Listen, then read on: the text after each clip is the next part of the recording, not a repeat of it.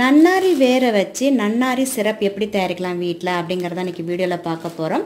இந்த நன்னாரி வேர் எங்கே கிடைக்கும் அப்படின்னு பார்த்தீங்கன்னா நாட்டு மருந்து கடையிலாம் இந்த நன்னாரி வேர் கிடைக்குங்க. நான் இன்றைக்கி 250 கிராம் தான் வாங்கியிருக்கேன்.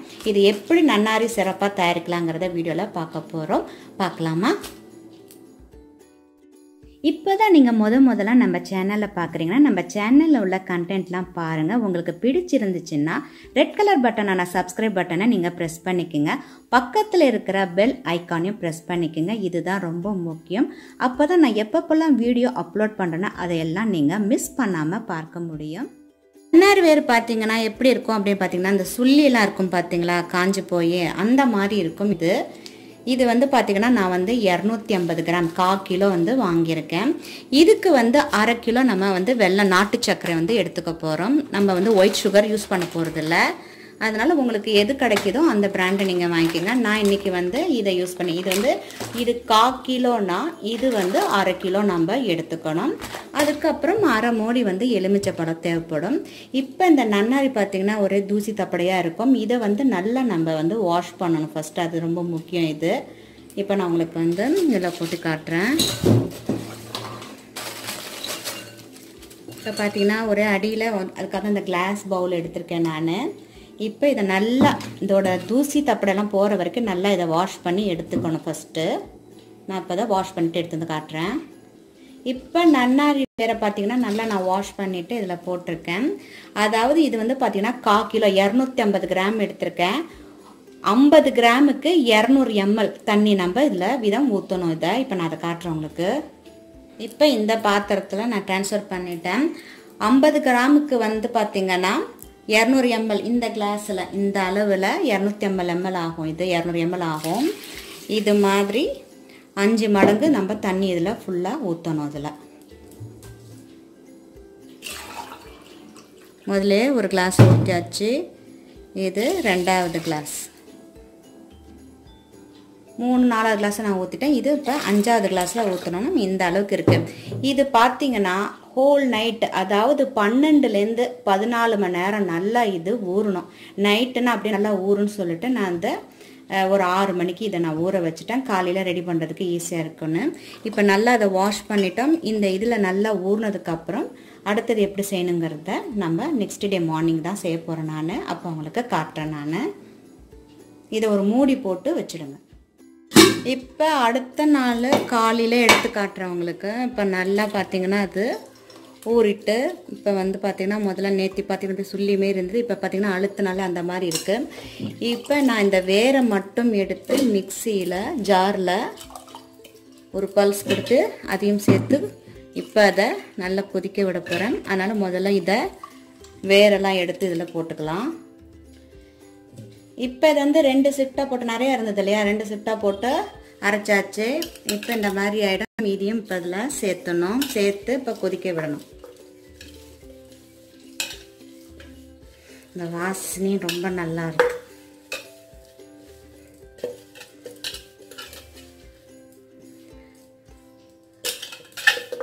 எல்லாத்தையும் இதில் போட்டாச்சு.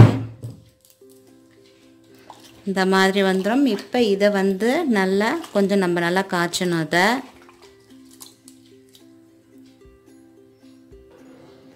இப்போ இதை அடுப்பில் வச்சாச்சு. இப்போ பார்த்திங்கன்னா இந்த அளவுக்கு இருக்குது. இது கொஞ்சம் நல்லா சுண்டுற அளவுக்கு, ரொம்ப சுண்டுற அளவுக்கு ஒரு திக்காக வர கன்சிஸ்டன்சி வரைக்கும் இதை நல்லா நம்ம பாயில் பண்ணணும். இது அதுக்குள்ளே வேறு ஒரு வேலை செஞ்சிடணும். அதுக்குள்ளே அது என்ன வேலைங்கிறத இப்போ நம்ம பார்த்துடலாம்.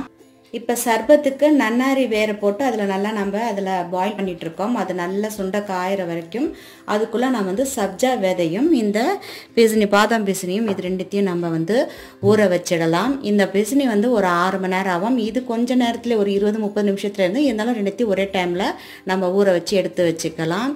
இதெல்லாம் எங்கே கிடைக்குன்னு பார்த்தீங்கன்னா நாட்டு மருந்து கடையில் கேட்டிங்கன்னா அப்படியே செட்டாகவே உங்களுக்கு சர்பத்துக்கு தயார் பண்ணுறதுக்கு எல்லாமே கொடுத்துருவாங்க. இது பார்க்குறதுக்கு பார்த்தீங்கன்னா கல்கண்டு இருக்குல்ல அந்த மாதிரி இருக்கும்.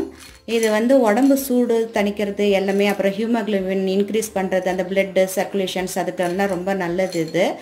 இதோடது பார்த்திங்கன்னா நம்ம இந்த அளவுக்கு நம்ம எடுத்து இதில் போட்டோம்னாலே அவ்வளோ இது வந்து இந்த அளவுக்கு அப்படியே பார்த்திங்கன்னா அடுத்து கொஞ்சம் நேரத்துலேயே ஜெல்லி மாரி ஆகிடும். ஒரு 6 மணி நேரம் கழித்து நம்ம பார்க்குறதுக்கு. சப்ஜா விதையும் பார்த்திங்கன்னா இந்த அளவுக்கு நம்ம போட்டோன்னா எவ்வளோ விதை நம்ம ஜாஸ்தியாகவே சேர்த்துக்கலாம். இந்த அளவுக்கு போட்டுட்டு நான் அதில் ஊற வச்சுட்டேன் ரெண்டுத்தையுமே. இதில் என்னென்ன இருக்குது அப்படிங்கிறத நான் டிஸ்கிரிப்ஷன் பாக்ஸில் உங்களுக்கு தரேன். நீங்கள் தேவைங்கிறவங்க படித்து தெரிஞ்சுக்கோங்க. இப்போ நான் அது ஃபுல்லாகவே போட்டுட்டேன். இது ரெண்டும் ஊறட்டும். ஏன்னா நமக்கு சர்பத்து தயாரிக்கும் போது இது ரெண்டும் நமக்கு தேவைப்படும். அதெல்லாம் மூடி போட்டு வச்சாச்சு. இந்த வேலையை முடிச்சாச்சு. அடுத்தது என்ன செய்யணும்னா அது நல்லா சுண்டுற வரைக்கும் நம்ம வந்து சுகர் சிரப்பை வந்து நம்ம ரெடி பண்ணணும்.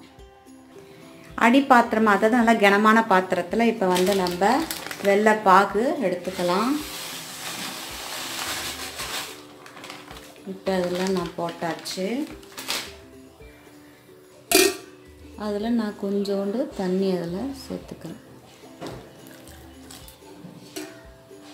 இப்போ அதை பாகு காய்க்கணும். பாகு வந்து பார்த்திங்கன்னா உருக ஆரம்பிச்சிட்டு அது நல்லா மெல்ட் ஆனோன்னே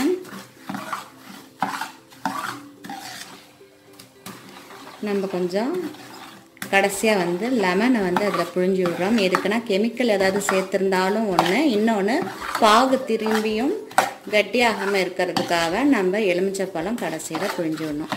இப்போ அந்த பாகை நல்லா காய்ச்சிக்கணும்.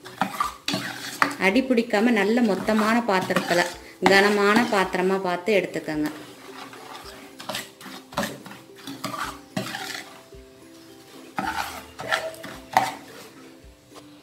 இப்போ பார்த்தீங்கன்னா இது நல்லா காஞ்சாச்சு.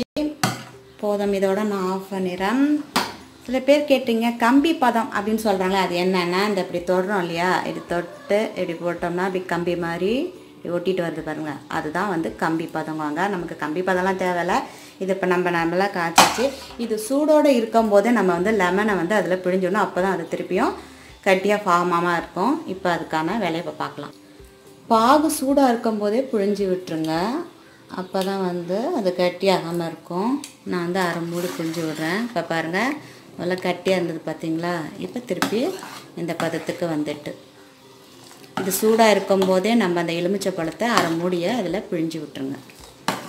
அப்போ திருப்பி அது கட்டியாகாமல் இருக்கும். இந்த மாதிரி பிசு பிசுன்னு இல்லாமல் இருக்கும். அதுக்கு தான் இப்படி இருக்கணும்.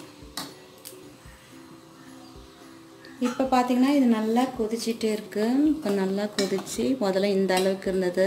இன்னும் கொஞ்சம் நல்லா சுண்டினதுக்கப்புறம் இதை ஆறணுன்னா வடிகட்டிட்டு அது ரெண்டுத்தையும் மிக்ஸ் பண்ணணும். இப்போ வந்து டயபிட்டிஸ் இருக்கிறவங்க, சுகர் இருக்குதுங்க, என்னால் வந்து அந்த சக்கரை பாகெலாம் சேர்த்து சாப்பிட முடியல, குடிக்க முடியாது அப்படிங்கிறவங்க இதை மட்டும் நல்லா இந்த மாதிரி சுண்ட காய்ச்சிட்டு ஃபில்ட்ரு பண்ணி இதோட நிறுத்திங்க. நீங்கள் வந்து அந்த சுகரை வந்து அந்த சிரப்பை வந்து ஆட் பண்ணிக்கணும். அந்த சக்கரை பாகை வந்து நீங்கள் ஆட் பண்ணிக்கவே தேவையில்லை. இந்த இதோட நீங்கள் ஃபில்ட்ரு பண்ணி ஊற்றி நீங்கள் தேவைன்னா உங்களுக்கு தேன் கொஞ்சம் ஆட் பண்ணி அதேமாரி இந்த பெசுனி எல்லாமே நம்ம எலுமிச்சை பழம் அதே மாதிரி சப்ஜா விதை எல்லாமே நீங்கள் போட்டுக்கலாம். இந்த இதை மட்டும் பாகை மட்டும் நீங்கள் எல்லாம் சேர்த்துக்க தேவையில்லை. நல்ல வாசனை வருது. இது ரொம்ப நல்லா இருக்குது. இன்னும் கொஞ்சம் நல்லா சுண்டினதுக்கப்புறம் இதை நம்ம வடிகட்டிட்டு அந்த ரெண்டுத்தையும் சேர்க்கணும். இதேமாரி நைட்டு வந்து நல்லா ஊற வச்சுட்டு காலையில் மிக்சியில் அதை நல்லா ஒரு 2 ஓட்டை விட்டு இந்த மாதிரி செய்யணும். சீக்கிரமாக நமக்கு எசன்ஸ் வந்து அதில் வந்து தண்ணியில் இறங்கிடும். அதுக்காக தான் இந்த மெத்தடில் நம்ம செய்கிறது. இப்போ முதல்ல நம்ம இந்த அளவுக்கு வச்சுருந்தோம். இந்த அளவுக்கு வந்துட்டு இன்னும் கொஞ்சம் நேரம் இருந்தால் போதும். வச்சுட்டு இதை நம்ம அதுக்கப்புறம் ஃபில்டர் பண்ணணும். இப்போ கீழே வந்து பார்த்திங்கன்னா இந்த சக்கரை பாகு இருக்குல்ல, அதை எடுத்து வச்சாச்சு. இப்போ அதுக்கு மேலே ஒரு வெள்ளை கலரில் ஒரு துணி இதை போட்டுக்கோங்க. சுத்தமான வெள்ளை துணி. அதுக்கு மேலே இந்த ட்ரைனரை நான் வச்சாச்சு. இப்போ இதை வந்து நான் இதில் ஊற்றுறேன்.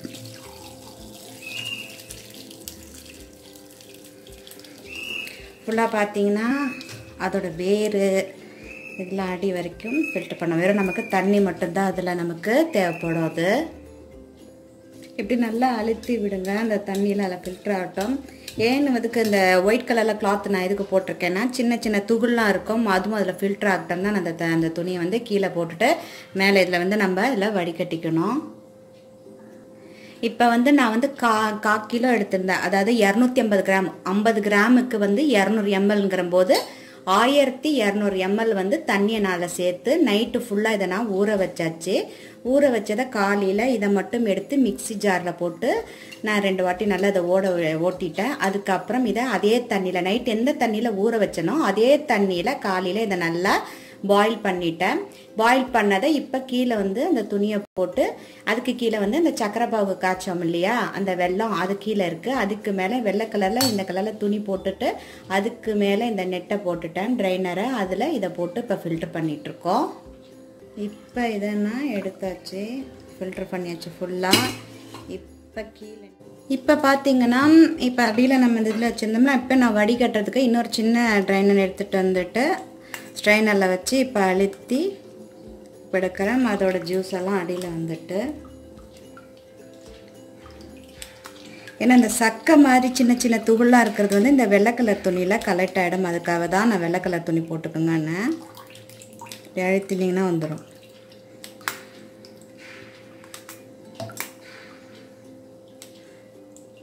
அவ்வளோதான். இப்போ அடியிலேருந்து சக்கரை பாகு இருக்கு இல்லையா, அதை வச்சு நல்லா அடியிலேருந்து நல்லா கலந்துட்டோன்னா இப்போ நமக்கு நன்னாரி சிரப்பு வந்து ரெடி ஆகிட்டு.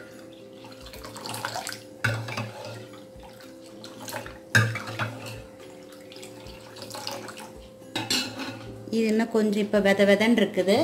இது கொஞ்சம் ஆறுனதுக்கப்புறம் இந்தமாரி பாட்டிலில் வந்து ஊற்ற வேண்டியதான். இது வந்து நான் போத்தீஸில் வாங்கினேன். 30 rupees 35 rupeesக்கு வாங்கியிருந்தேன். இது ஆறுனதுக்கப்புறம் இதுமாரி 2 பாட்டில் வச்சுருக்கேன். 2 பாட்டிலையும் இப்போ அதை ஃபில் பண்ணணும்.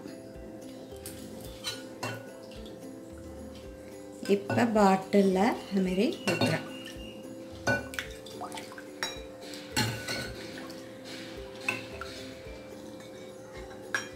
அதாவது அந்த வெல்லம் வேண்டாம் அப்படிங்கிறவங்க நீங்கள் நன்னாரியை மட்டும் இதில் வந்து ஃபில் பண்ணி வச்சிடலாம்.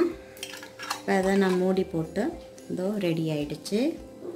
இது ஒரு பிஸ்னஸாக கூட நீங்கள் வீட்டில் இருந்து செஞ்சுக்கலாம். இந்த மாதிரி நன்னாரி சிரப்லாம் வந்து இந்தமாரி இப்போ நிறைய பேர் கேட்குறாங்க, வெள்ளைப்பாகலாம் இல்லாமல் வெறும் வந்து நன்னாரி வேரை மட்டும் நீங்கள் சிரப் பண்ணி கொடுக்க முடியுமான்னு நிறைய பேர் கேட்குறாங்க. அந்த மாதிரி இருந்துச்சுன்னா நீங்கள் இந்த மாதிரி நன்னாரி வேரை வந்து இதை மாதிரி ரெடி பண்ணிவிட்டு பக்கத்தில் இருக்கிற ப்ரொஃபஷன்ஸோடு இல்லை சின்ன சின்ன கடைகள்லாம் இருக்குல்ல, அங்கே கூட நீங்கள் இது மாதிரி சேல்ஸ் பண்ணலாம், ஹோம்மேட் நன்னாரி சிரப் அப்படின்னு சொல்லிட்டு. இப்போ பார்த்தீங்கன்னா 2 பாட்டிலில் வந்து ஃபில் பண்ணியிருக்கேன். ஃபுல்லாக இருக்குது. இதில் வந்து பார்த்திங்கன்னா இந்த அளவுக்கு இருக்குது. இந்த அளவுக்கு நமக்கு அந்த 250 ml எடுத்துருந்தோம் இல்லையா, 250 kg நன்னாரி, அந்த இதுக்கு இந்த அளவுக்கு வரும். நமக்கு 1200 ml சேர்த்து பாகெல்லாம் காய்ச்சி ஊற்றினோம்னா இந்த அளவுக்கு வரும். 500 கிலோ வந்து நம்ம வந்து இதில் ஜாக்ரி சேர்த்துருக்கோம், அதாவது நாட்டு சர்க்கரையை இல்லை பயன்படுத்தியிருக்கோம். இந்த அளவுக்கு வரும் 3 பாட்டிலுக்கு, அதாவது 2.5 பாட்டில் வரும். இந்த துணி வச்சு நம்ம ஃபில்ட்ரு பண்ணோம் இல்லையா, இந்த ஃபில்ட்ரு பண்ணோன்னு பார்த்தீங்கன்னா இந்த மாதிரி இந்த துகள்லாம் இருக்குது இல்லையா, அந்த டீ தூள்மே இருக்குது பாருங்கள், இதெல்லாம் இதில் ஃபில்டர் ஆகும். இப்போ நம்ம இந்தமாரி வெள்ளை கலரில் துணியை நம்ம பயன்படுத்தலை அப்படின்னு பார்த்தீங்கன்னா இதெல்லாம் வந்து அதில் சேர்ந்துக்கும். ஏன்னா நம்ம அரைச்சிட்டு வேற போட்டோம் இல்லையா, அதனால் இந்த மாதிரி ஃபில்ட்ரு பண்ணுறோம். 6 மணி நேரத்துக்கு முன்னாடி நம்ம ஊற வச்சுருந்தோம் இல்லையா சப்ஜா விதை, அது பார்த்திங்கன்னா இப்போ அது ரெடி ஆகிட்டு. இதுக்கு வந்து பார்த்திங்கன்னா ஒரு 20-30 நிமிஷத்தில் இது ஊறிடும். இப்போ இது வந்து பார்த்திங்கன்னா பிசின் போட்டிருந்தோம் இல்லையா, பாதாம் பிசின், அது பார்த்திங்கன்னா நல்லா பார்த்திங்கன்னா காலையில் வந்து கல்கண்டு மாதிரி இருந்துச்சு இல்லையா, இப்போ பாருங்கள் அது வந்து நல்லா ஒரு ஜெல்லி மாதிரி வந்துருச்சுன்னு எடுத்து காட்டுறேன் பாருங்கள். இந்த பதத்துக்கு இருக்கணும். இது வந்து ஒரு 6 மணி நேரம், 6லேருந்து 8 மணி நேரம் நல்லா வந்து ஊறினா தான் இந்த மாதிரி வரும். இது ரெண்டுமே முக்கியம்.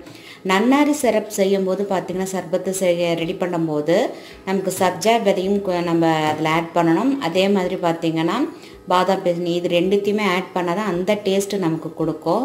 அப்போ தான் நல்லாயிருக்கும். இது ரெண்டுமே எதுக்கு பயன்படுத்துகிறாங்கன்னு பார்த்திங்கன்னா நன்னாரி வேராகட்டும், சப்ஜா விதையாகட்டும், பிசினி ஆகட்டும், இது 3மே சரி, இதெல்லாம் பார்த்திங்கன்னா இந்த உடல் சூடு, அப்புறம் இந்த கான்ஸ்டிபேஷன் ப்ராப்ளம்ஸ், ஸ்டூல் ப்ராப்ளம் அந்த மாதிரி இருக்கிறது, அப்புறம் வெள்ளைப்படுதல், நீரிழிவு, அதாவது பார்த்திங்கன்னா டயபிட்டிஸ், அங்கே கூட இதை வந்து குடிக்கலாம் அப்படின்னு சொல்லியிருக்காங்க. இதை பார்த்தலாம். நன்னாரி சர்பத்துக்கு நன்னாரி வேறு அந்த சிரப் ரெடி பண்ணோம் இல்லையா, அது பார்த்திங்கன்னா நான் 2 ஸ்பூன் எடுத்திருக்கேன். அடுத்தது பாதாம் பிசினி, அது இந்த அளவுக்கு. சப்ஜா விதை அது ஒரு 3 ஸ்பூன் எடுத்திருக்கேன்.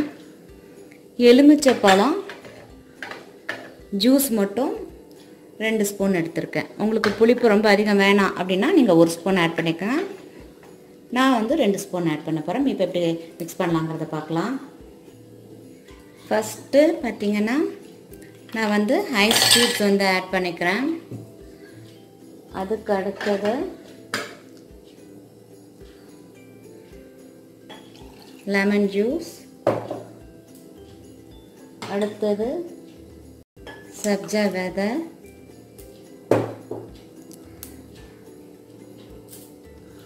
நன்னாரி அந்த சிரப்பு ஊற்றியாச்சு.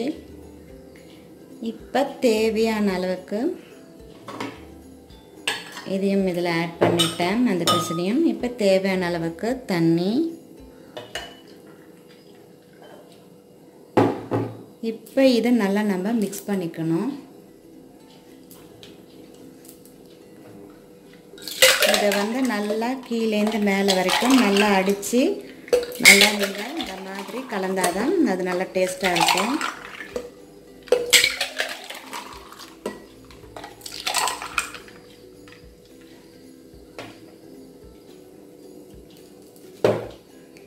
இப்போ நன்னாரி சர்பத் ரெடி ஆகிட்டு, இந்த வெயிலுக்கு மட்டும் இல்லை எல்லா காலகட்டங்களையும் நம்ம குடிக்கிற மாதிரி, அதாவது உடல் சூடு, வெள்ளைப்படுதல், அது எல்லாத்துக்குமே நல்லது. அது மாதிரி வந்து நம்ம ரத்த சோகை இருக்கிறவங்க அடிக்கடி இந்த நன்னாரி வேற நம்ம சர்பத்தில் குடிக்கலாம். அதே மாதிரி பார்த்திங்கன்னா கான்ஸ்டிபேஷன் ப்ராப்ளம்ஸ் இருக்கிறவங்களும் இதை அடிக்கடி சாப்பிடலாம். நீரிழிவு நோய் இருக்கிறவங்க இந்த நன்னாரி சிறப்பை குடிக்கலாமா, சர்பத்தை சாப்பிட்லான்னா கண்டிப்பாக அவங்களும் சாப்பிட்லான்னு சொல்லியிருக்காங்க. அந்த வேர் வந்து பார்த்திங்கன்னா ரொம்ப நல்லது உடம்புக்கு. எப்படி நமக்கு இது வந்து எந்தமாரி பிளான்ட்டுன்னு பார்த்தீங்கன்னா துளசிலாம் இருக்கு இல்லையா, அந்த வகையை சேர்ந்தது அப்படின்னு சொல்லியிருக்காங்க. அதில் தான் அந்த சப்ஜா விதை வந்து நமக்கு வருது. எப்படி செய்யலாம் அப்படிங்கிறத இன்றைக்கி நம்ம பார்த்தோம். இதை நீங்கள் செஞ்சு பாருங்கள். இது எப்படி வந்தது அப்படிங்கிறத நம்மளோட கமெண்ட்ஸ் பாக்ஸில் உங்களோட ஃபீட்பேக்கை பதிவு பண்ணுங்கள். தேங்க்ஸ் ஃபார் வாட்சிங். இந்த வீடியோ உங்களுக்கு பிடிச்சிருந்துச்சுன்னா லைக் கொடுங்க, கமெண்ட்ஸ் கொடுங்க. நம்ம சேனலை சப்ஸ்கிரைப் பண்ணாதவங்க சப்ஸ்கிரைப் பண்ணி வச்சுக்கோங்க. பக்கத்தில் இருக்கிற பெல் ஐக்கானையும் ப்ரெஸ் பண்ணிக்கோங்க. உங்கள் ஃப்ரெண்ட்ஸ் அண்ட் ரிலேட்டிவ்ஸ்க்கும் ஷேர் பண்ணுங்க. நன்றி. மீண்டும் சந்திப்போம்.